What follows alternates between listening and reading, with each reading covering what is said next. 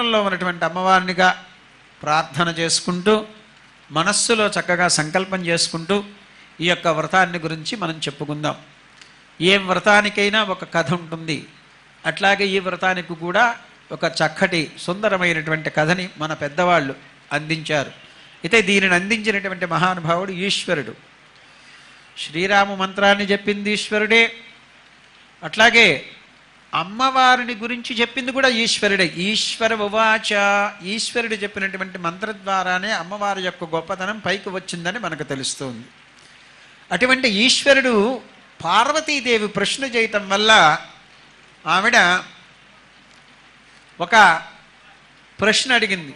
ఈ ప్రపంచంలో ఎవరు ఏ వ్రతం చేస్తే మంచి ఫలితము ఆశిస్తుంది జరుగుతుందని.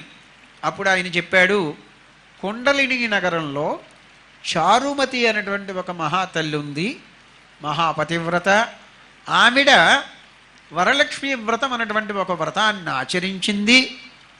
తద్వారా ఆవిడికి ఏదైతే కావాలో అవన్నీ కూడా వనకూరాయి అని చెప్పిందనమాట.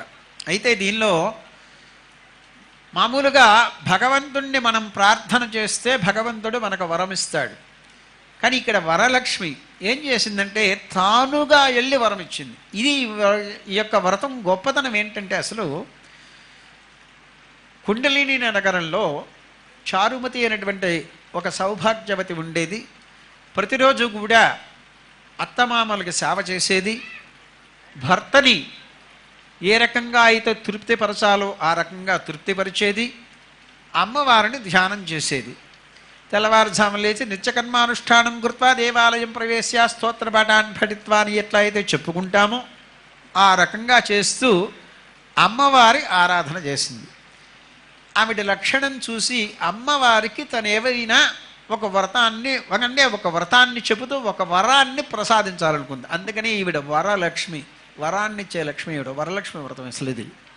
సరే, వెంటనే ఏం చేసిందంటే ఆవిడ అట్లా తన నిత్యకృత్యాలు తీర్చుకున్న సమయంలో ఒకరోజు కలలో కనబట్టి అమ్మవారు స్వయంగా చెప్పిందమ్మా, నువ్వు చేస్తున్నటువంటి దానికి నేను మెచ్చాను, నీకు మంచి వ్రతకల్ప విధానం చెబుతూ మంచి వరాన్ని ఇస్తాను అని చెప్పింది.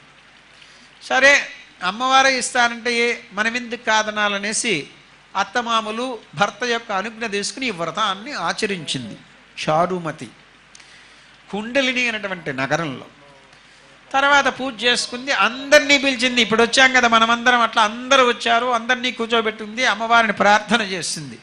నృత్య గీత వాద్య వినోదాలతో అమ్మవారిని ప్రార్థన చేసింది. తర్వాత 3 ప్రదక్షిణాలు చేసిందండి. యాని కానిచ పాపాని జన్మాంతర కృతానుచ తాని తానే ప్రదర్శంతి ప్రదక్షిణ పదే.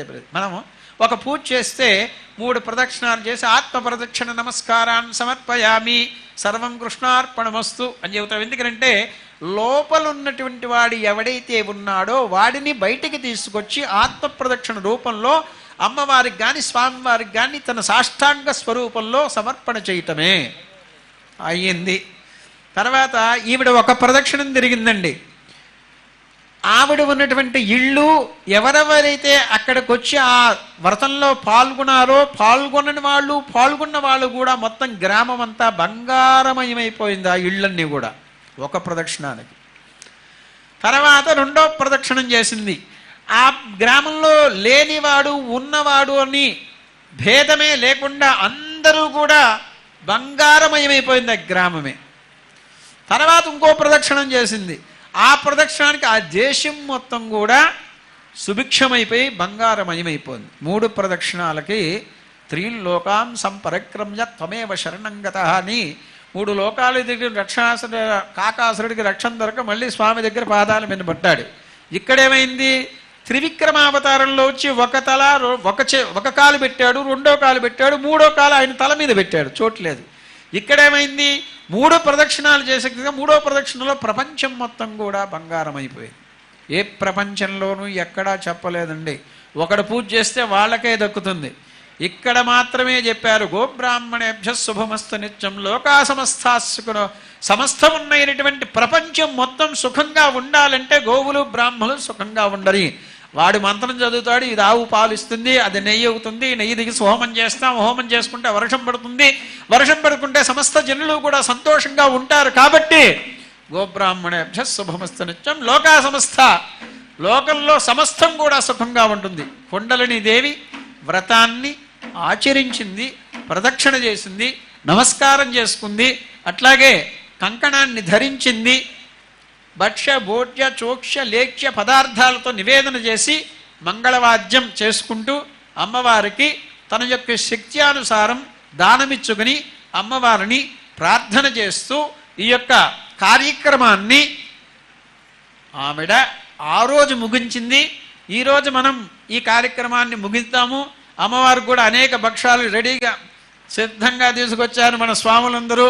వాళ్ళందరూ కూడా ఇత్తై వేదంగళం మునిగళం ఋషిగళం ఆళ్వారగళం ఆచార్యగళం ఋషులు మునులు వీళ్ళందరూ కూడా వచ్చి ఇక్కడ నిలబడ్డారు, చూస్తున్నారు అని మనకు ఆగమ గ్రంథాల్లో ఉంది, శాస్త్ర గ్రంథంలో ఉంది.